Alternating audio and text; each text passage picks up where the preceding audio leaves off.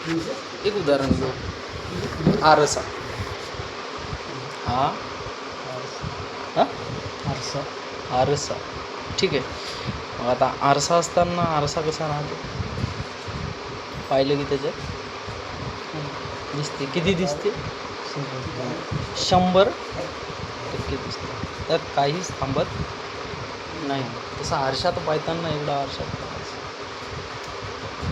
ह्याच्यात पाहायचं कुठून पाहिजे? जेवढे तू आतून प्रश्न सोडवतो का तसेच बाहेरून बी पाहायचे. बाहेरून प्रश्न पाहायचे. बाहेरून आरसा पाहायचा, बाहेरून प्रश्न पाहायचा, आतूनही पाहायचा. आलं का लक्षात? मग पाहायचं बुवा. आता हे आरसा तर बदलत राहते. लहानपणापासून किती आरसा पाहायचा. पहिला आरसा कोणता ध्यानात आहे का तुझ्या? आणि आखरीचा आरसा ध्यानात आहे का तुझ्या? मधातले सगळे ॲडव्हर्टाईजचे आरसे होते. ॲडव्हर्टाईज मागं किती दिवस लागले. किती दिवस आपल्या डोळ्यात पाणी राहू दे. आरशात पाहिलं की आपल्या डोळ्यात पाणी. हे मायला रडकं करा. आरशात पाहिलं की हे मायला डोळ्यात पाणी. किती विषय आहेत असे डोळ्यात पाणी आणायसारखे आतून बाहेरून. किती विषय आहेत. मान नको आलो. अजय नाव आहे ते.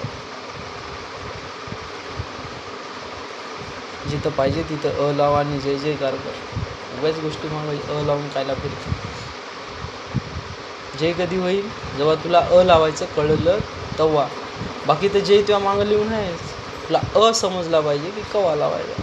आता पासून अजून ला एक काना दिला तर आरसा होते. आरशाचं पहिलं नाव तू म्हटला ते. त्यासारखे किती जरी शरीर त्या आरशातून गेले तर त्याला काही फरक पडणार आहे का? काही फरक त्या आरशाले काही आरशाले काही प्रश्न आहे का? आरशाला काही प्रश्न उत्तर आहेत का? कसा आहे ते आरसा? आरसा आहे. ते आरशाचा आणि त्या अजयचा हे तुला कळलं पाहिजे. हे उदाहरण आहे इथं पायाचं. हे पायाचं बोट आणि त्या पायाचे बोट सारखे आहेत का?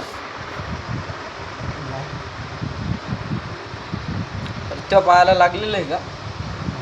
बोटाला असं एवढा डाग वगैरे आहे का? नाही. म्हणजे आपण ज्या आरशात पाहिलो त्याच्यात आपल्याला काय दिसायलं? त्याच्यात डाग आहे. अजून काही याच्यात आहे का? नाही. याच्यात आहे का?